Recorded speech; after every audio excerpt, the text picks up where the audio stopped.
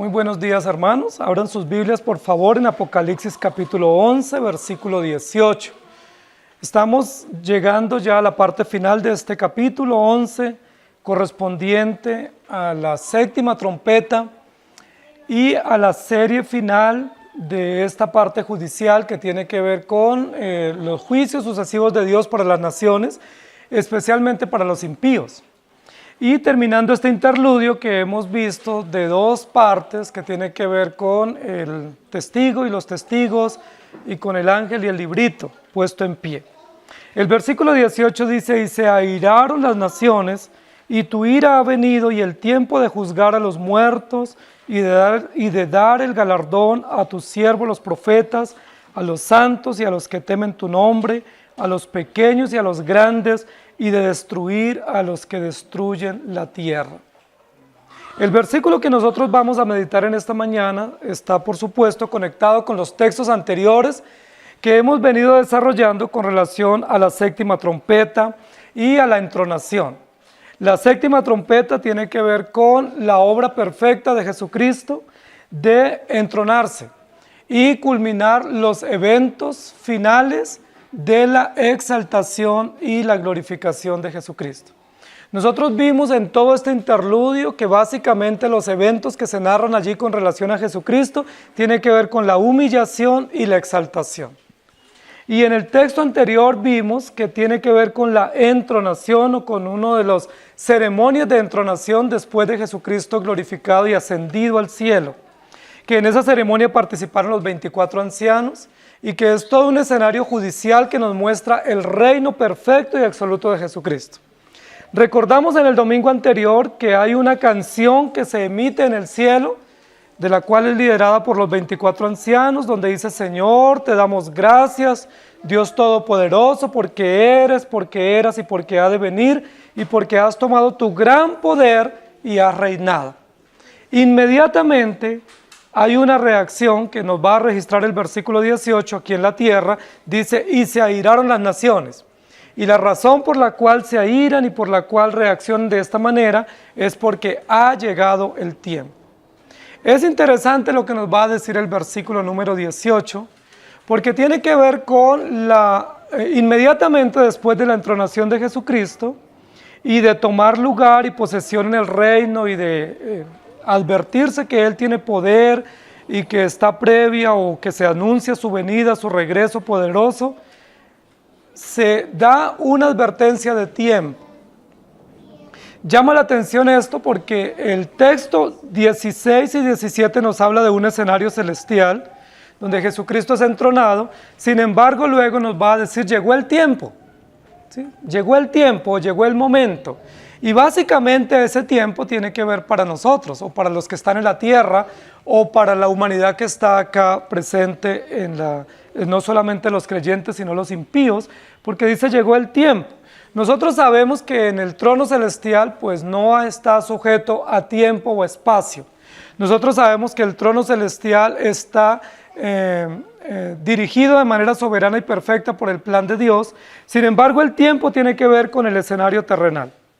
Yo quiero que nosotros notemos aquí cómo el texto nos va a indicar las verdades que se van a dar. Básicamente, el versículo que nosotros vamos a desarrollar tiene tres momentos, o tiene tres acciones que se van a ejecutar o que se van a desarrollar. ¿Quién las va a ejecutar? ¿Sobre quiénes las va a ejecutar? ¿Y por qué las ejecuta? Entonces, básicamente las tres acciones las va a ejecutar Dios, o las va a ejecutar Jesucristo, el Cordero vencedor, el Rey entronado y el Rey que viene.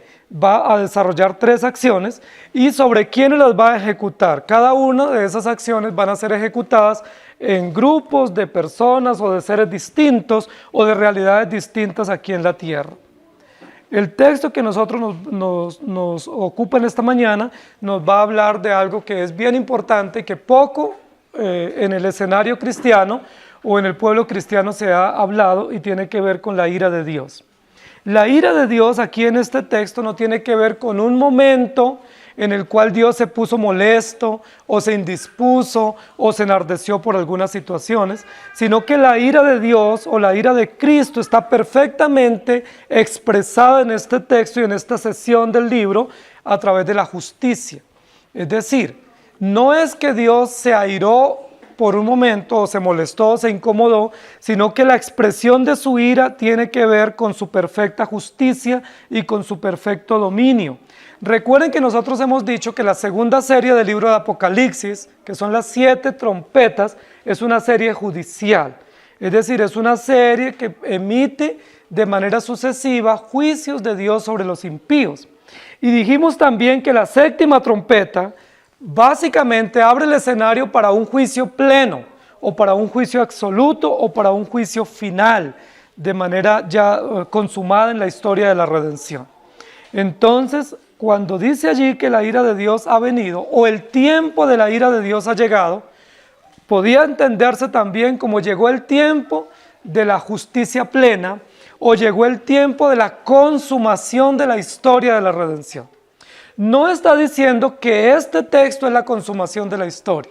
Lo que está diciendo es que una vez Jesucristo asciende al trono y se posesiona o se entrona, inmediatamente lo último que estamos esperando es la consumación de la historia de la redención. No está diciendo que este texto sea la consumación. No está diciendo que aquí va a haber un juicio final. Porque son muchos los que dicen que en este texto, pues como ha habido según algunos varios raptos o varios arrebatamientos, entonces que aquí se va a dar el juicio para algunos. Aquí no está diciendo eso. Lo que está diciendo es, esta primera serie comenzó de manera progresiva, mostrándonos que desde Génesis hasta Apocalipsis hay juicios sucesivos, pero estamos aguardando el juicio pleno y absoluto, que no se ha dado, que no se da en este texto, pero se advierte, se anticipa, se asegura y se garantiza por la posesión absoluta de Jesucristo después de su ascensión. Hay 3 acciones que se van a desarrollar aquí, yo quiero que ustedes las miren en el texto juntamente conmigo y luego las vamos a desarrollar. Dice, se airaron las naciones y tu ira ha venido, y el tiempo de juzgar, primera acción, a los muertos y de dar el galardón o galardonar o premiar a los siervos, los profetas, a los santos y a los que temen tu nombre, a los pequeños y a los grandes, y de destruir a los que destruyen la tierra. Entonces hay 3 acciones que vamos a desarrollar en este texto que están presentes y que tienen que ver con el tiempo que se anuncia en el versículo. Lo primero es juzgar, la segunda es galardonar o premiar y la tercera es destruir. ¿Sí? 3 acciones que tienen que ver con este momento final o con el clímax de la historia de la redención o con la consumación que básicamente en otros lugares de la Escritura se conoce como el juicio final. ¿Sí? Entonces, quiero llamar la atención a ustedes sobre esto. Aquí no está diciendo que este es el juicio final. No puede suceder el juicio final en la mitad del libro de Apocalipsis, porque faltaría todavía historia. Si se cierra la historia, pues tendría que bajarse el telón y todo terminaría. El juicio final va a ser más adelante, pero aquí lo que nos hace es advertirnos que una vez Jesucristo ascendió y toma su lugar de reino y de dominio, y los ancianos celebran su bienvenida, pues básicamente solo esperamos un momento. Solo un evento esperamos, y es la venida del Señor, para establecer en el tiempo preciso y en el lugar y momento preciso el juicio final, que consiste en juicio, en premio y en destrucción, que son las 3 acciones que nos va a presentar aquí el texto. Ahora es importante la manera como nos presenta aquí estas 3 acciones.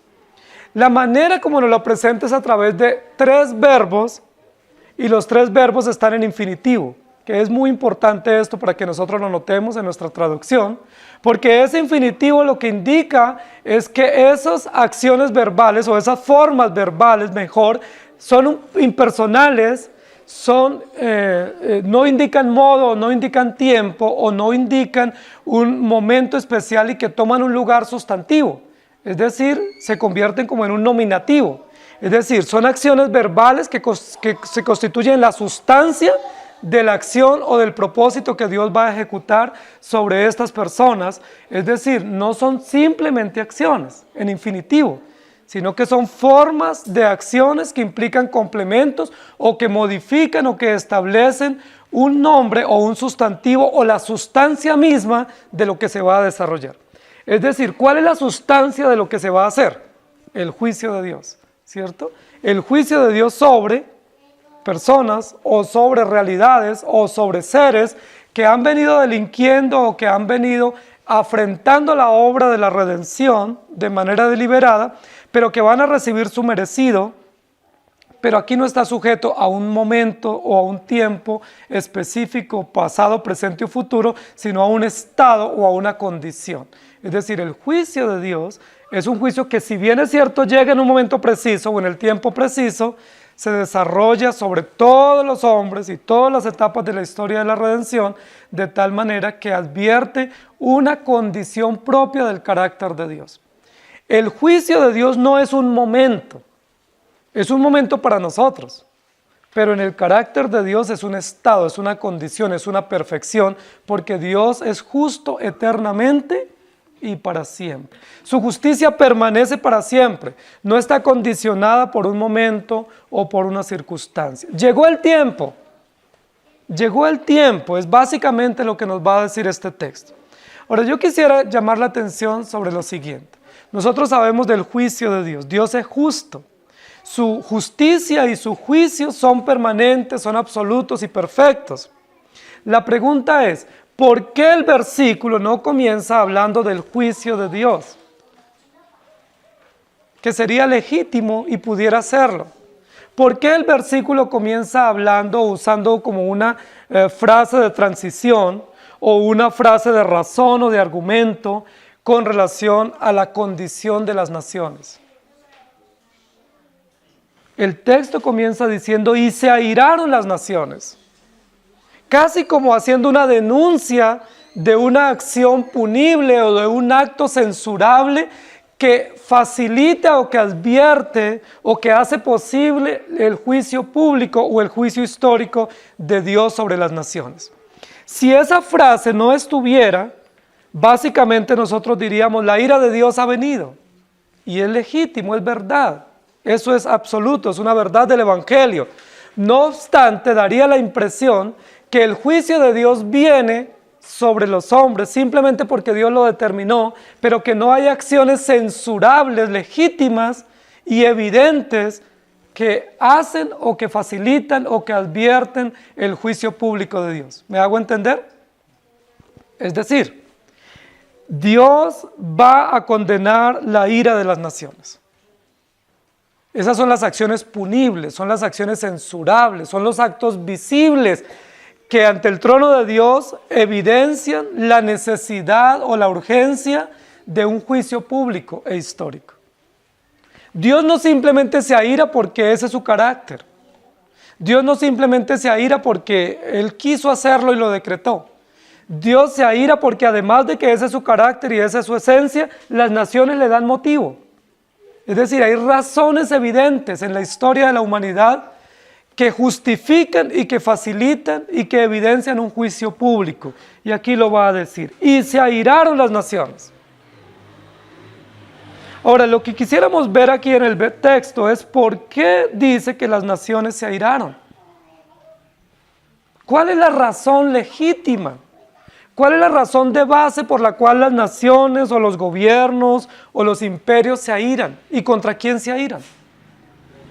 Claramente el texto lo que está diciendo es, cuando se presencia todos los eventos de la humillación y la exaltación de Cristo, hay una reacción natural de las naciones o de los gobiernos o de los imperios o de las civilizaciones, y es airarse.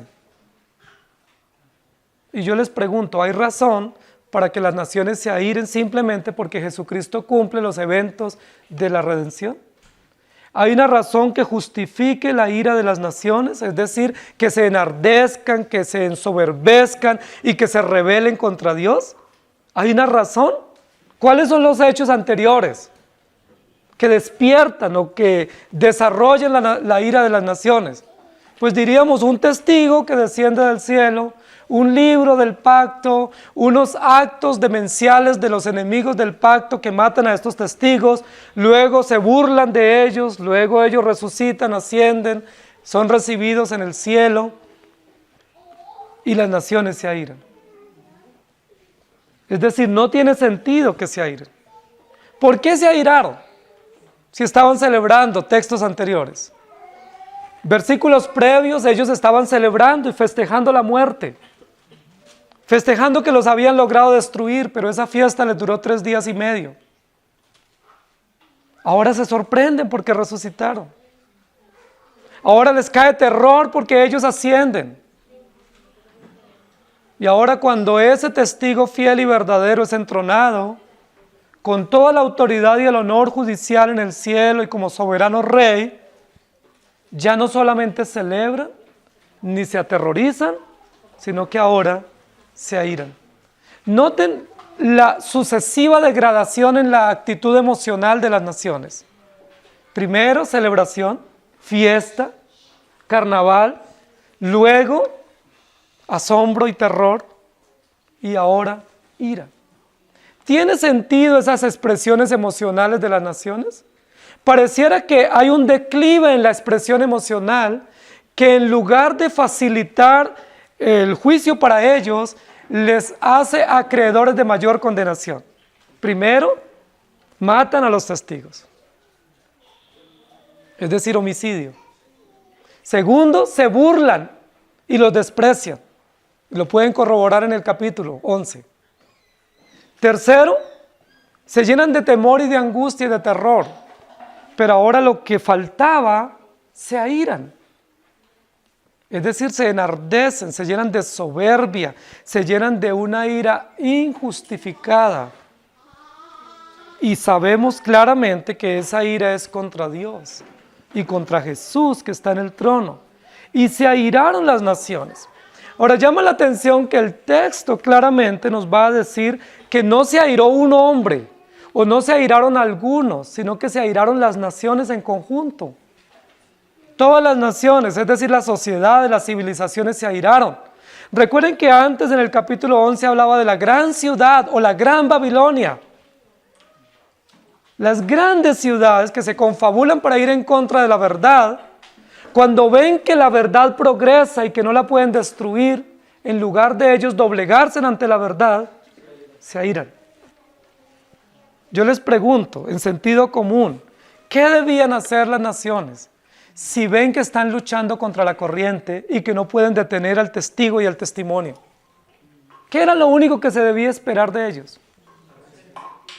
¿Qué era lo único que se esperaba de ellos ante todos esos sucesivos eventos en los cuales ellos están contendiendo de manera inoficiosa o sin resultado?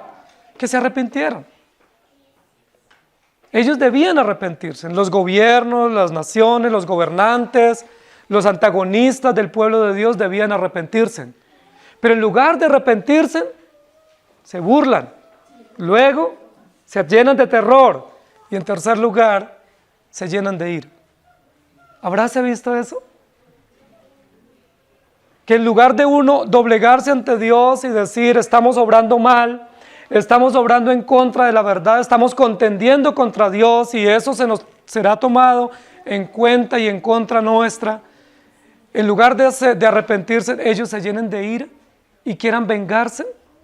Pero básicamente lo que el texto nos está diciendo, esas acciones que además de ser expresiones emotivas o emocionales, expresan lo que hay en el corazón y la conciencia de las naciones, lo que hace es abrir un escenario para mostrarnos que el tiempo se avecina. ¿Cuál tiempo? El tiempo del juicio de Dios. Está preparándose el camino para el cumplimiento exacto del tiempo de la ira de Dios. Es decir, en la medida en que las naciones se airan contra Dios y se levantan contra la verdad y levantan argumentos contra la verdad y contra Dios, lo único que nosotros sabemos es que estamos aguardando el tiempo del juicio final. Hay muchas personas y movimientos cristianos que piensan que lo que estamos esperando es un gran avivamiento, que lo que estamos esperando es un gran progreso espiritual, o un gran periodo de paz y de desarrollo. Pues la Biblia no dice eso. La Biblia lo que dice es, previo a la venida del Señor, las naciones estarán llenas de ira, burlándose de Dios, en profunda inmoralidad y ajenas a la verdad de Dios. Y se airaron las naciones. Y acto seguido, como consecuencia natural, como un juicio retributivo sobre ellos, dice, tu ira ha venido y el tiempo de juzgar a los muertos. Y yo quiero que nos detengamos un poco en esta parte. La mayoría de los creyentes y de la sociedad en general piensan que Dios es un Dios de amor. Y tienen una idea equivocada con relación al carácter de Dios.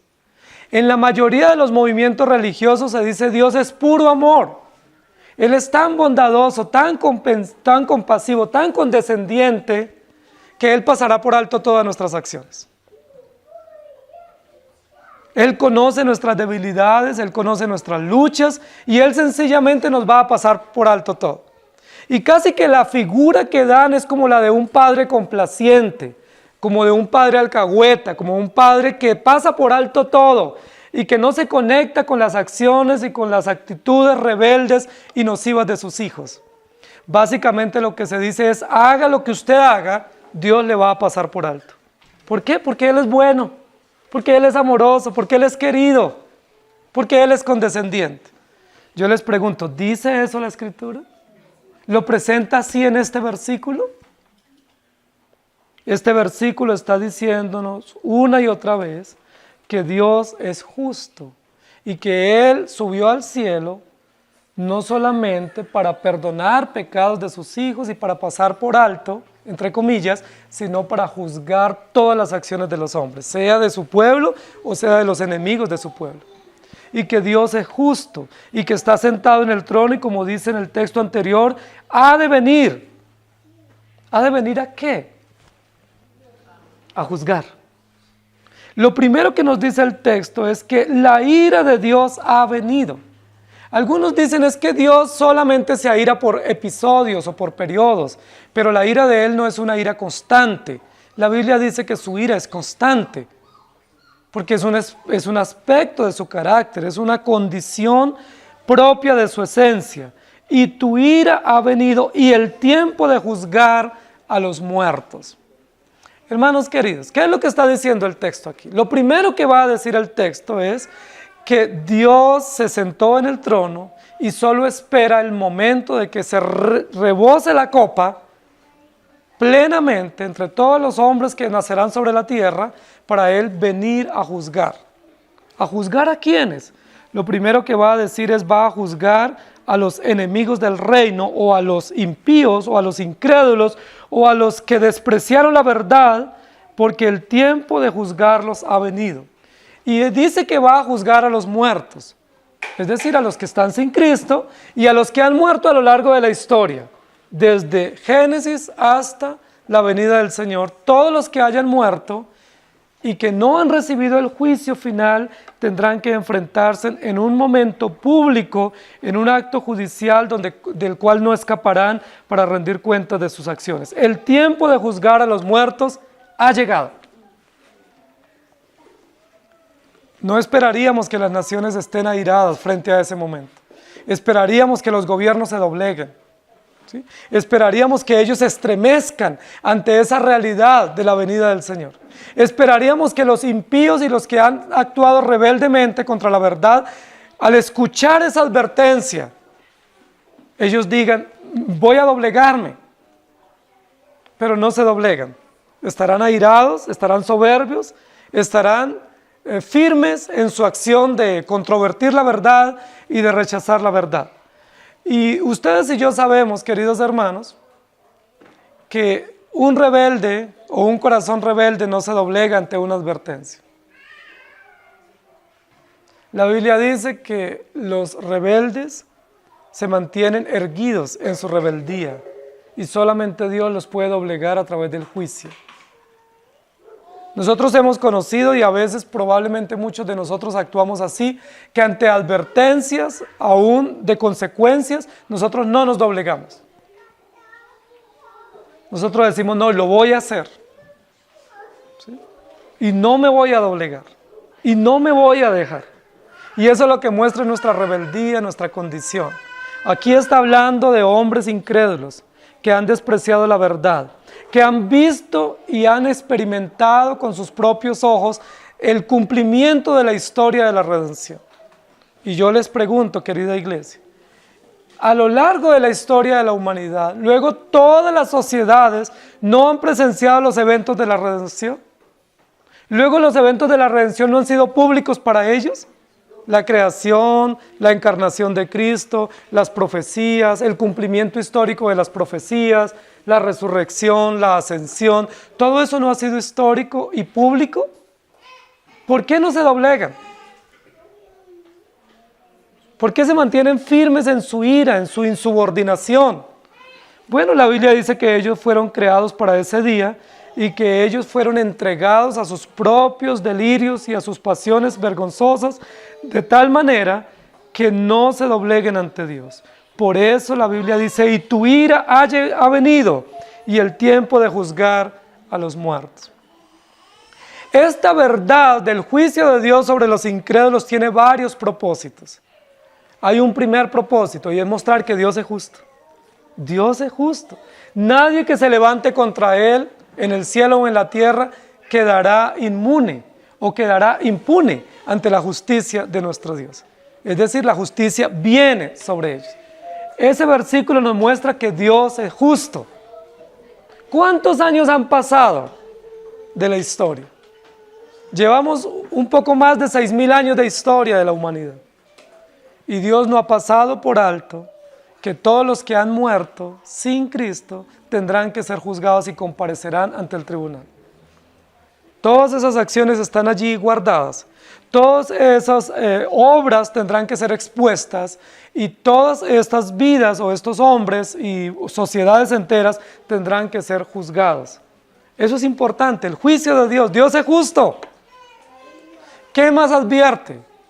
Que todos los hombres que deliberadamente han pecado y no se han arrepentido tendrán que comparecer ante el tribunal de Cristo.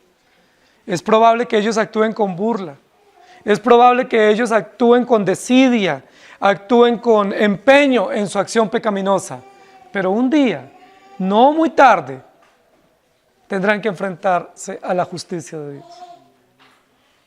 Ellos tienen que enfrentarse, no porque nosotros lo deseemos, no porque ellos lo quieran, sencillamente porque Dios lo ha establecido. Y aquí nos dice, la posesión de Jesucristo después de la ascensión asegura o garantiza o evidencia que solo falta el juicio final y ellos tendrán que comparecer. Pero ¿qué más propósito tiene el juicio de Dios sobre los incrédulos? Pues tiene un propósito interesante para los creyentes. Ese propósito es darnos esperanza y darnos una advertencia. Nosotros a veces, como dice en el quinto sello, pensamos que Dios es injusto. Y en muchos lugares de la Biblia se cree y algunos creyentes consideraron que Dios era injusto. Y a veces nos preguntamos, ¿por qué los impíos progresan? ¿Por qué el mal avanza y como si nada? ¿Por qué Dios, si tiene poder, no destruye el mal y a los malos? Y permite que avancen movimientos, ideologías, sistemas de maldad. ¿Por qué? ¿Dios está dormido? ¿Está quieto? ¿Está pasivo? ¿Nos abandonó y nos dejó así libres para que nosotros suframos y afrontamos tanto dolor y adversidad? ¿Hasta cuándo, Señor? ¿Hasta cuándo? Pero este texto lo que nos dice es, ya está garantizado el tiempo y el momento. Dios va a juzgar a todos los impíos, aun si han muerto, es decir, a todos los muertos. ¿No es eso esperanzador para los creyentes? ¿No es eso un motivo de gozo para los creyentes, no por la venganza contra los incrédulos, sino de saber que Dios es justo y que defiende a su pueblo? ¿No nos invade a nosotros un placer nocivo o perverso de venganza? A la iglesia la invade la seguridad de que Dios defiende a sus hijos, de que en cualquier circunstancia o momento histórico Dios está con su pueblo. El hecho de que Dios venga a juzgar a los incrédulos es un motivo de esperanza para los creyentes. Señor, ¿hasta cuándo? Va a llegar el momento. Ya está seguro ese momento. Ya están los cargos contra los incrédulos. Ya el juez está listo y ya el momento está determinado cuando la ira se derrame de manera plena y absoluta sobre los incrédulos para juzgarlos por todas sus obras muertas contra la verdad. Llegó el tiempo del juicio. Dios va a juzgar ¿a quiénes? ¿A unos pocos? A todas las naciones, incluidos sus sistemas políticos, incluidos sus sistemas de gobierno, incluidos sus sistemas de milicia, sus sistemas económicos, todos los sistemas que están contra la verdad tendrán que enfrentarse al juicio de Dios. Aquí habla de las naciones, no habla de personas o individuos, sino de sociedades enteras que caminan en pos de la perversión y que hacen parte de las grandes ciudades que se levantan contra la verdad. El tiempo de juzgar ha llegado. Muestra el carácter del Dios justo y del juez justo. Muestra la recompensa real y justa que merecen las acciones de los injustos, pero muestra la esperanza que tenemos los creyentes de que estamos siendo protegidos aún en medio de y a pesar de. Lo segundo que el texto nos va a decir, además de la retribución justa contra los incrédulos, es que el tiempo ha llegado de dar el galardón a tus siervos los profetas, a los santos y a los que temen tu nombre, a los pequeños y a los grandes. Y de dar el galardón a tus siervos los profetas. Pareciera que toma un giro el texto para hablarnos de motivos de gracia o de bondad o de condescendencia. Si fuese así, estaríamos diciendo que se mezcla aquí en este versículo la justicia con la gracia o la misericordia. Es decir, que la justicia es para los incrédulos y la gracia para los creyentes. Muchos dicen eso. ¿Puede ser eso cierto? Si eso fuese cierto, estaríamos desdibujando el carácter de Dios y diciendo que Dios atribuye o aplica justicia para unos y gracia para otros, de tal manera que nosotros no seríamos objeto de la justicia de Dios, sino exclusivamente de la gracia. Y eso es un error tácito. Porque nosotros somos beneficiarios de la gracia de Dios, pero también somos objeto de la justicia plena y absoluta de nuestro Dios. Y de la ira de Dios también. De la ira correctiva, restaurativa y de toda la justicia que viene para nosotros y contra nosotros, pero que es recibida o que es asumida o que es propiciada a través de la obra de Jesucristo en el Calvario. La propiciación es la forma como nosotros podemos entender la ira que venía contra nosotros, legítima y justa, pero que Jesucristo fue propicio, es decir, tomó nuestro lugar de tal manera que la salvación nuestra, por gracia, es una salvación justa. Justa no por merecimiento, sino justa porque el juez justo la ganó y la aseguró de manera justa, no de manera impune. No fue un indulto el que nosotros tuvimos. No fuimos indultados, no, fuimos perdonados justamente porque Jesucristo tomó nuestro lugar.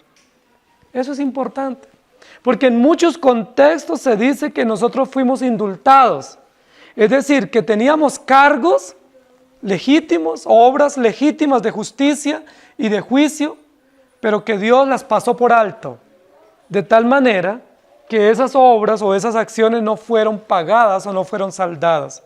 Si así fue, simplemente se pasó por alto o se saldó la cuenta, eso no es justo. Lo justo es que esas obras nuestras que eran contrarias se paguen y fueron pagadas. Nosotros no las pagamos porque no teníamos condición, pero Dios las pagó a través de Cristo Jesús en la cruz. Él fue la propiciación o es la propiciación por nuestros pecados. De tal manera que este segundo momento en el texto que habla de galardonar o premiar u honrar a los siervos, los profetas y a los creyentes o a los píos, no es un momento de gracia, sino un momento de justicia. Donde justamente, donde judicialmente el juez justo y rey de toda la tierra garantiza o asegura un lugar en la eternidad a los creyentes, pero es un lugar de justicia, donde se cumple justamente todas las expectativas de la obra de la redención. Recuerden que todas las doctrinas de la gracia son justas y están enmarcadas dentro del carácter judicial de Dios. Y de dar el galardón a tus siervos, los profetas, a los santos y a los que temen tu nombre. Lo primero que el versículo nos va a decir es que primero va a haber un juicio público donde todos presenciaremos ese juicio contra los incrédulos. Y veremos el cumplimiento perfecto del carácter de Dios contra ellos. Pero luego, ese momento, o en ese mismo momento, se procederá a galardonar o a premiar a los creyentes. Esta es una doctrina supremamente interesante. Y muchos en las iglesias han tergiversado esta doctrina. Porque lo que dicen es que tú tienes derecho a exigir premios en el cielo. Y que tú puedes llegar allá y exigir cuántas coronas y premios y galardones y trofeos y medallas vas a recibir en el cielo. Es decir, que lo que tú vas a recibir es merecido. Es producto de tu mérito, de tu obra, de tu esfuerzo, tu perseverancia, tu paciencia, tu vida en santidad, tu vida de oración y todas las obras que nosotros presumimos que hacemos y que tienen algún mérito ante Dios. Pero no es eso lo que está diciendo acá el texto. Si nosotros atribuimos que este es un escenario judicial, no hay lugar para nosotros ostentar ninguna obra ante Dios. No pudiéramos sacar pecho y decir, ahora me corresponde recibir mi premio. ¿Sí? Vengo por mi corona, por mis galardones, yo me porté bien. ¿Sí? Yo obré bien y yo me merezco. Como dijo el fariseo, yo doy diezmos de todo lo que gano. Yo soy bueno, yo obro bien, entonces puedo presentarme a recibir mi premio. Aquí no está hablando de un contexto de utilidad o de beneficio o de mérito. El texto claramente y todo el capítulo y la sección del libro está hablando de una condición judicial, es decir, de un escenario justo donde se exponen las acciones de todos y se premia o se retribuye justamente, no por mérito, sino justamente del carácter de la historia eterna y del decreto eterno, las acciones de los hombres. En el caso de los incrédulos, solo merecen juicio y condenación. Esa es su retribución. En el caso de los creyentes, van a recibir también justamente, pero de acuerdo a la redención que Cristo obró en la cruz a favor de ellos. No por mérito de sus acciones, sino por la obra meritoria de Jesucristo en la cruz. Y de dar el galardón, o de premiar, o de galardonar a los elegidos. Hermanos, aquí en este versículo nos va a decir que también llegó el tiempo. Y ese tiempo es el tiempo propicio de dar el galardón, de premiar. Y estos son los valores agregados que pudiéramos hablar que tiene la fe y tiene el Evangelio. Porque ya nosotros hemos sido premiados con la sangre de Jesucristo. Ya hemos sido honrados con ser llamados hijos de Dios. Ya hemos sido honrados con poder vivir para Él y con tener la certeza de la salvación. Pero como si fuera poco, dice la Biblia, habrá un momento en un escenario judicial donde el trono se abre y donde el juez justo y soberano va a dar a cada uno su merecido. Pero cuando dice aquí dar el galardón, la pregunta es, ¿qué galardón puede ganar usted y puedo ganar yo? El galardón se le da a aquel que ha triunfado, o que ha vencido, o que ha hecho un mérito propio para recibir u ostentar un premio. La pregunta es, ¿tú tienes algún mérito? ¿Puedes lograr algo ante el trono de Dios? Entonces, ese galardón, ¿de quién es y para quién es y por qué? Nosotros hemos venido estudiando en el libro de Apocalipsis que todo el hilo conductor del propósito del libro y del mensaje es Jesucristo, Cordero vencedor. Es decir, ¿quién es el único que ha vencido y vencerá eternamente? Entonces, ¿quién es el único que ha hecho méritos suficientes, justos, legítimos, históricos y legales para triunfar y para recibir honra y honor? Jesucristo. Nosotros no. Nosotros somos beneficiarios por gracia. de las acciones judiciales de Cristo a favor de su pueblo. De tal manera que cuando se da el galardón, se honra la consumación de la historia de la redención a favor de los elegidos, pero se reconoce claramente que ese galardón o ese mérito no es nuestro. Y esa es una de las verdades que debemos tener claras en nuestro corazón. Cuando Dios te llama a ti hijo, eres hijo, pero no lo eres por tu mérito, lo eres por la acción o por la intervención del Padre Celestial. Cuando Dios te llama a ti justo y santo, y lo eres realmente por el Evangelio y por la obra aplicada de la redención, no lo eres por ti mismo, sino por la obra o por la intervención del juez justo y soberano. Entonces aquí cuando dice que se dará un galardón o se otorgará un galardón, pues ese galardón es justo que venga de parte de Dios para su pueblo, pero ese galardón ni tenemos mérito, ni nos corresponde de manera propia o personal, sino que es para ser ofrendado o para ser dado o para ser entregado a quien tiene todo el mérito, es decir, a Jesucristo, el Cordero vencedor. Y de dar el galardón a tus siervos los profetas. Si ustedes notan ahí el texto es un poco más amplio que en la primera cláusula. En la primera cláusula simplemente dice, llegó el tiempo de juzgar a los muertos. ¿Sí? Pero luego en la segunda cláusula dice, y de dar el galardón a tus siervos los profetas, a los santos y a los que temen tu nombre, a los pequeños y a los grandes. Y es hermosa la riqueza de este texto aquí, al hacer una descripción mucho más amplia y al establecer como varias categorías, permítame decirlo así, de aquellos que van a ser galardonados. Lo primero que va a decir el texto es quienes van a recibir ese galardón o quienes deben fijarse en que tienen mérito y premio y honra por la labor que ellos han realizado por la obra de Dios, son sus siervos los profetas. Esto es lo primero. Recuerden que vimos anteriormente en el capítulo 11 que habían sido muertos todos los profetas y todos los apóstoles, es decir, el cimiento de la iglesia, representado a través de los 24 ancianos, a través de Moisés y los profetas, o los profetas y los apóstoles, murieron de manera cruel. Dios los llamó para pregonar el evangelio, los llamó para profetizar, pero ¿cómo murieron? Torturados, perseguidos, asesinados, decapitados. ¿Quién los mató? Las naciones, los gobiernos, los imperios incrédulos y ateos se levantaron contra ellos y los torturaron. Por eso en el primer momento dice que van a ser galardonados tus siervos los profetas. Ahí yo no estoy diciendo que ese sea el orden, como Dios va a darlos ese galardón que dice allí de la bienvenida al reino celestial o a la gloria eterna, pero sí en el desarrollo de este texto, a quien primero se le da esperanza y confianza es a los siervos, los profetas. ¿Por qué es importante que los creyentes y Juan mismo, que está presenciando la visión, encuentren en este texto esperanza para aquellos que profetizan o aquellos que fueron puestos para predicar o para servir en la obra de Dios?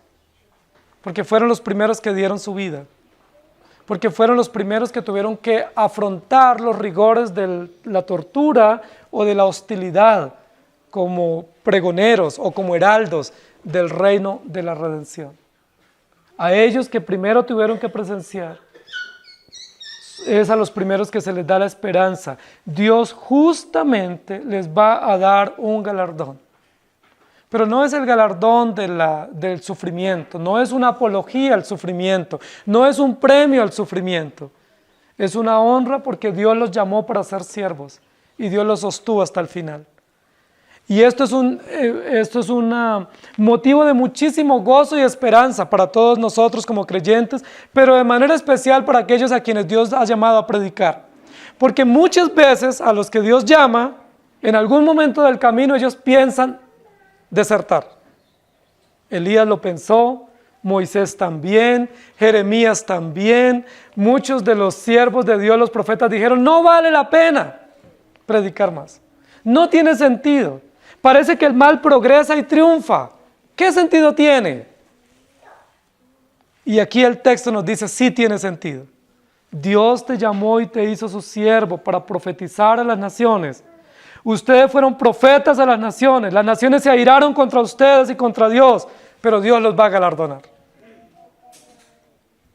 Dios tiene en cuenta todas las obras de sus creyentes o de sus siervos.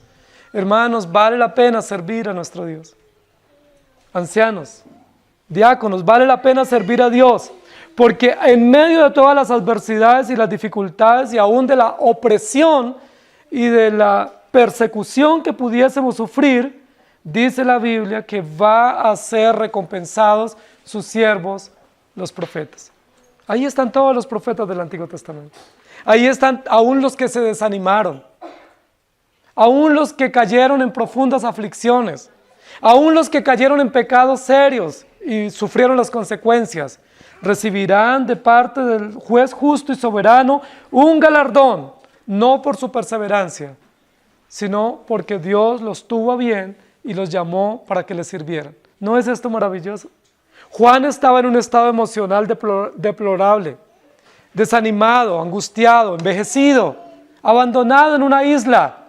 Pero Dios le dice a través de este texto que llega el momento, no es hoy, pero ya está determinado, donde Él va a galardonar a sus siervos, los profetas. En segundo lugar, dice también va a galardonar a los santos. ¿Quiénes son los santos? Todos los elegidos de todos los tiempos que Dios ha santificado por su obra en la cruz.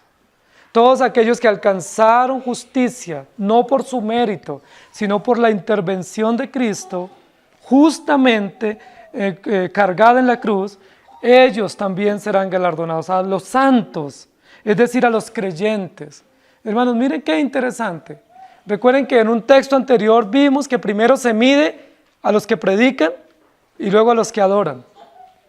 Aquí también se honra a los que predican y se honra a los que adoran, a los que sirven, a los que siguen, a los que son miembros del cuerpo de Cristo, a todos los santos, a todos los creyentes, a todos aquellos que también han afrontado en carne propia la hostilidad de los sistemas antagónicos a la verdad. A todos los creyentes que han tenido que luchar también para mantener viva la fe y a los que han tenido que sufrir por causa del reino de Dios. Todos ellos que recibirán en el juicio un galardón, no por su mérito, sino porque Dios los llamó para ser sus hijos y Dios les va a premiar allá. Y ese premio es un medio también de adoración para nuestro Señor.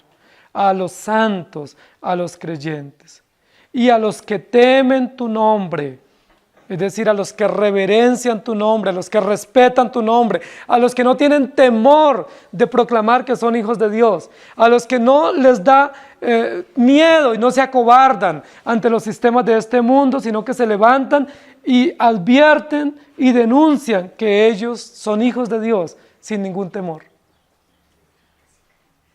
Toda la realidad de los capítulos de Apocalipsis y de la sociedad en la que nosotros vivimos es una realidad atemorizante.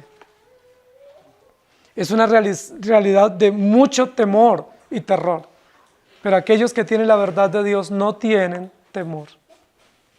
En sí mismos lo tienen, porque son humanos y son cobardes, somos cobardes. Pero por la verdad que nos domina, por el evangelio que nos ha transformado y por la gracia de Dios que ha sido puesta a favor nuestro, nosotros no tenemos temor. La Biblia dice que no hay temor para aquel que está en esperanza y que no hay ninguna condenación. Y a los que temen tu nombre. Hermanos queridos, recuerden que lo hemos dicho en varias oportunidades en el libro de Apocalipsis, que en ese momento los emperadores especialmente generaban gran temor en sus súbditos o en sus seguidores o en el pueblo. Y el pueblo en sí tenía temor, porque tenían que doblegarse ante el nombre del emperador. Pero aquí lo que nos está diciendo claramente es que los creyentes o los salvos, entre ellos profetas y creyentes, no tienen temor del hombre, sino que únicamente le tienen temor a Dios. No se doblegan ante ninguna imagen, como el caso de Daniel. No se doblegan ante ningún sistema, no por soberbios, sino por respeto y por temor al único nombre, que es el nombre de Jesucristo, a los que temen tu nombre. No sé si ustedes recuerdan que en Génesis, en el episodio de la Torre de Babel, esta sociedad confusa, similar a la nuestra, dijeron, vamos a hacernos un nombre, y se hicieron un nombre. Y ese nombre es confusión, perversión.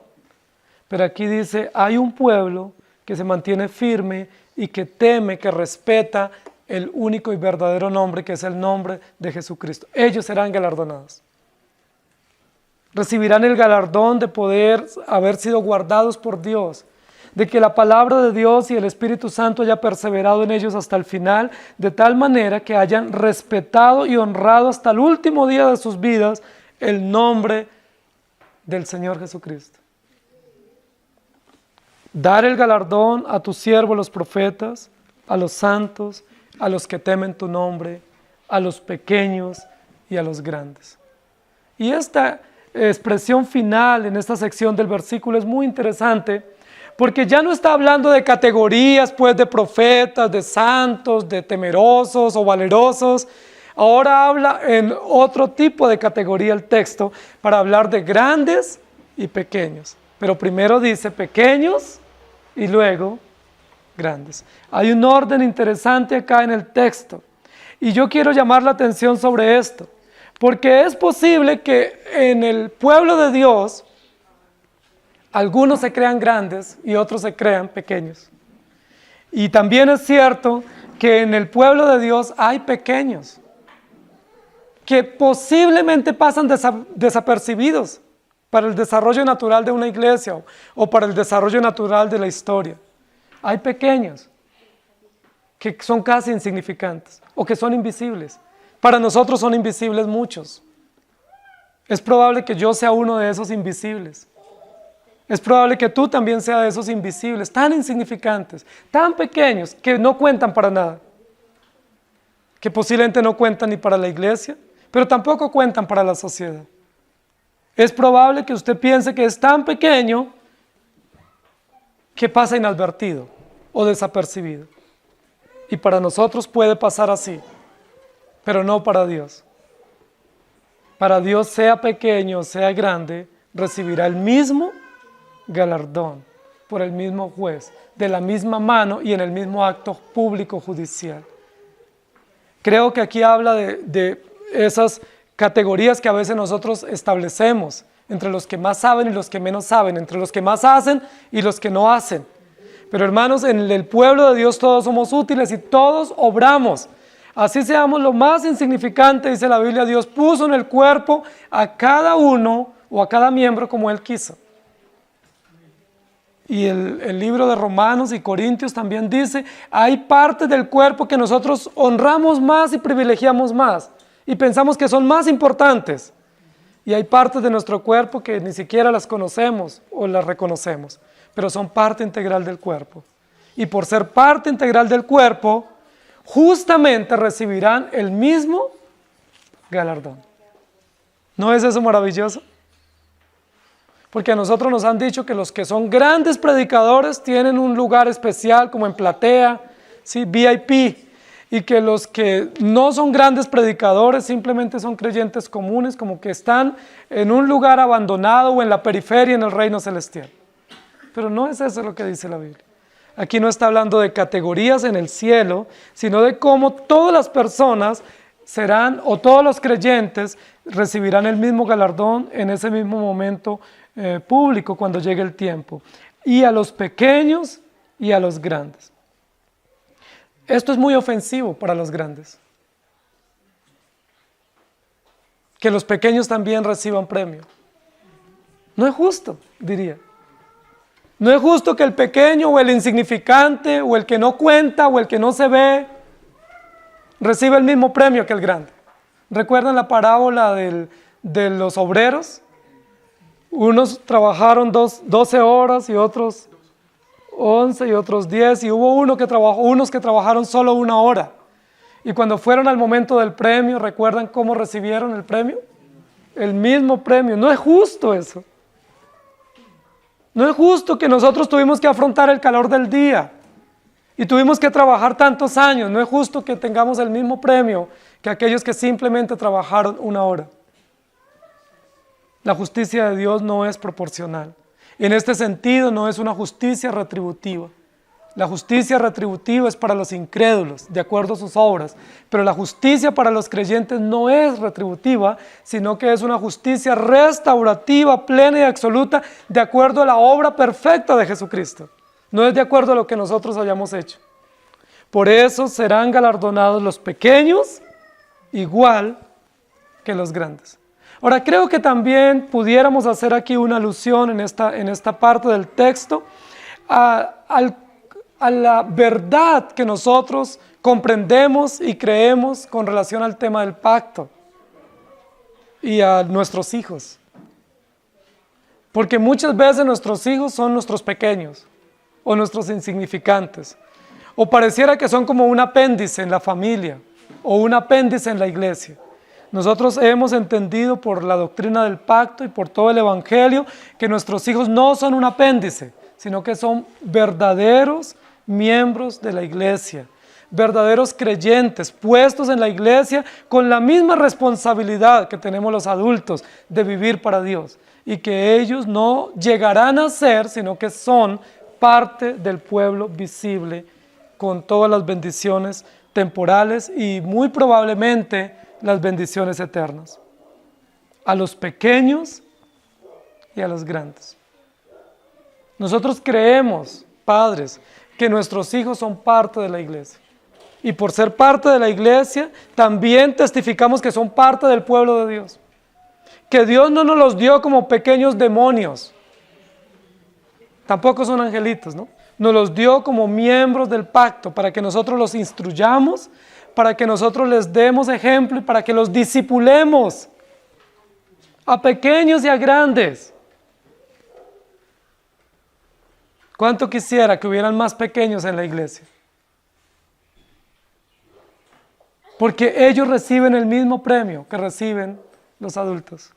Porque ellos reciben la misma gracia otorgada por Cristo Jesús. Los pequeños y los grandes. Es probable que a usted le ofendan los pequeños. A Dios no le ofenden. Es probable que nos incomoden mucho. Pero Dios dice, en ese momento justo del tiempo del juicio, habrá galardón no solo para los siervos, para los santos, los que entregan su vida en martirio, sino también para los pequeños. Para aquellos que nosotros a veces no cuentan, pero que para Dios cuentan y que Dios dispuso para el reino de los cielos. Por eso, hermanos queridos, tenemos una gran responsabilidad. La responsabilidad es ver la iglesia como Dios la ve. En ese sentido tenemos que vernos todos, desde el menor hasta el mayor, como beneficiados de la gracia inmerecida de nuestro Señor.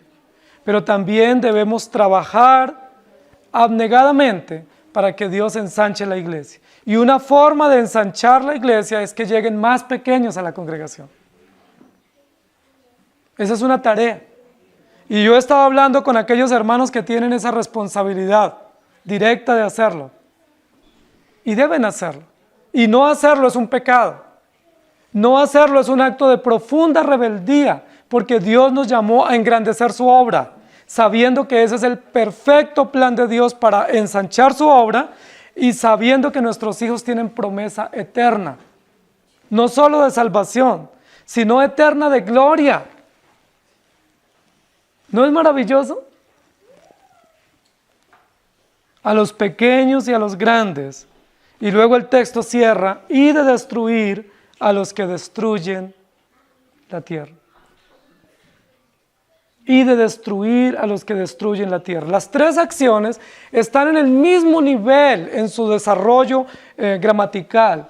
No hay una subordinada a otra. No hay una acción mayor que otra. No es que juzgar a los impíos sea superior al galardón de los creyentes e inferior destruir, o viceversa.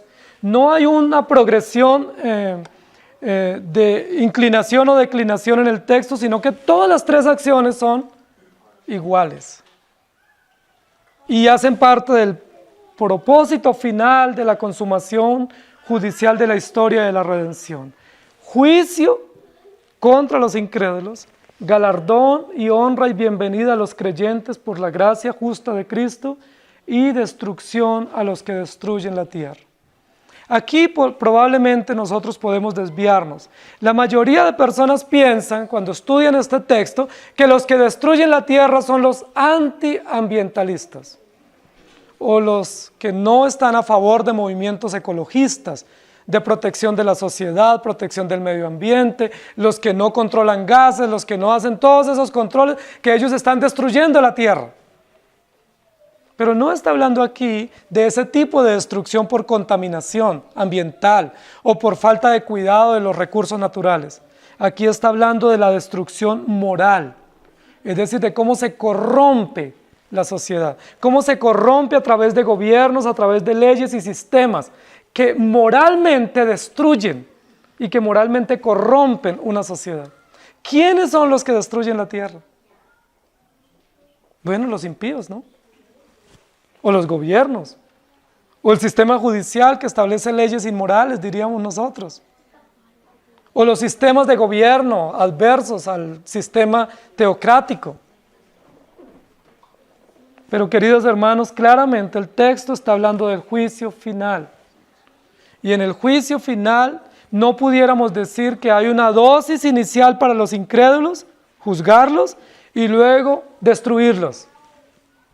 Es decir, como que reciben una dosis doble. No pudiera ser así, primero. Y segundo, la Biblia, como está cerrando este momento de juicio, no puede pasar por alto a los que de manera constante han sido adversarios de Dios y adversarios del pueblo de Dios y que han venido para hurtar, matar y destruir. La Biblia nos habla claramente de 3 enemigos que están al acecho todo el tiempo: Satanás, el pecado y la muerte. La Biblia dice que son 3 enemigos que acechan al pueblo de Dios y también están contra el plan de la redención desde el comienzo de la historia. Desde el comienzo de la historia, cuando se abre el paréntesis o se abre el telón para iniciar este relato hermoso y real, nos dice que hay enemigos. Se presenta Satanás, simbolizado en el capítulo 3. Se presenta la muerte como consecuencia natural del pecado. Y se presenta el pecado o la transgresión de la ley como una acción deliberada y constante que operará en todos los sistemas a lo largo de la historia de la redención. Satanás, el pecado y la muerte son los enemigos. Esos enemigos ya fueron derrotados. ¿Cuándo fueron derrotados? Nos lo relata en el capítulo 11. Fueron derrotados a través de la muerte y la resurrección de Jesucristo. Satanás, ¿cuándo fue vencido? En la muerte de Cristo. Fue exhibido públicamente. ¿Cuándo el pecado fue vencido también? En la cruz. ¿Y cuándo la muerte fue vencida? En la resurrección fue vencida. Sin embargo, aunque ya legalmente y oficialmente estos 3 enemigos fueron vencidos o fueron derrotados, aún no han sido juzgados. Es por eso que a veces nosotros decimos, pero ¿cómo así? Si Satanás ya fue derrotado, todavía sigue operando. Dice la Biblia, no ignoramos sus maquinaciones. ¿Por qué si la muerte ya fue derrotada o vencida, por qué sigue habiendo muerte? Y violencia, y tortura, y crueldad. Porque ya fue derrotada oficialmente, pero no ha sido juzgada. Es necesario que todos comparezcamos ante el tribunal de Cristo y que todos, tanto los incrédulos como los creyentes, como los enemigos de Dios, tengan que recibir conforme a la justicia de Dios.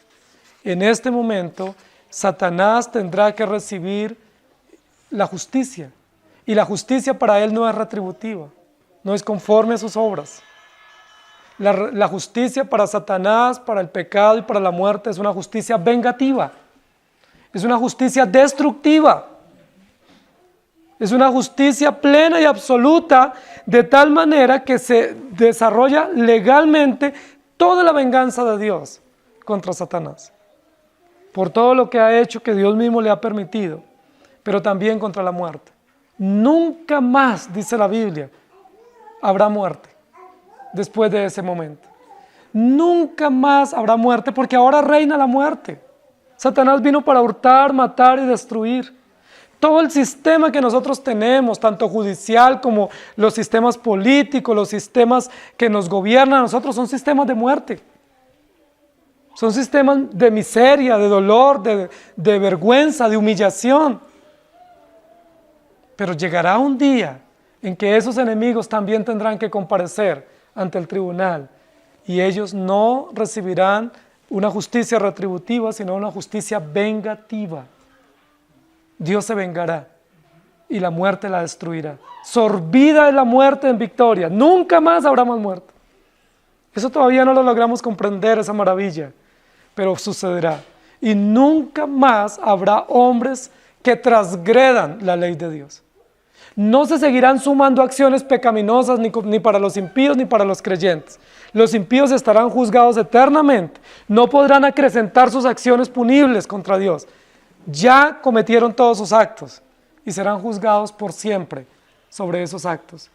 Los creyentes beneficiados por siempre sobre la obra perfecta de Jesucristo, y los enemigos destruidos para siempre. Llegó el tiempo del juicio contra los incrédulos, el tiempo del galardón y la gloria plena a favor de los creyentes, y el tiempo de la venganza sobre los que se han levantado hostilmente contra la verdad de Dios. Tan absurdo han sido estos enemigos que Satanás le dijo a Jesús: te daré todo esto si me adoras.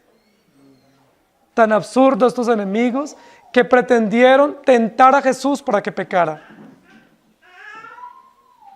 Y tan absurdos que pretendieron quitar la muerte, quitarle la vida a Jesús y ocasionarle la muerte, de tal manera que pudieran matar a Jesús. Por eso cuando Jesús murió, celebraron. Lo logramos. Pero la Biblia dice: la fiesta fue corta y el tiempo ha llegado. Justicia retributiva, justicia restaurativa y justicia vengativa.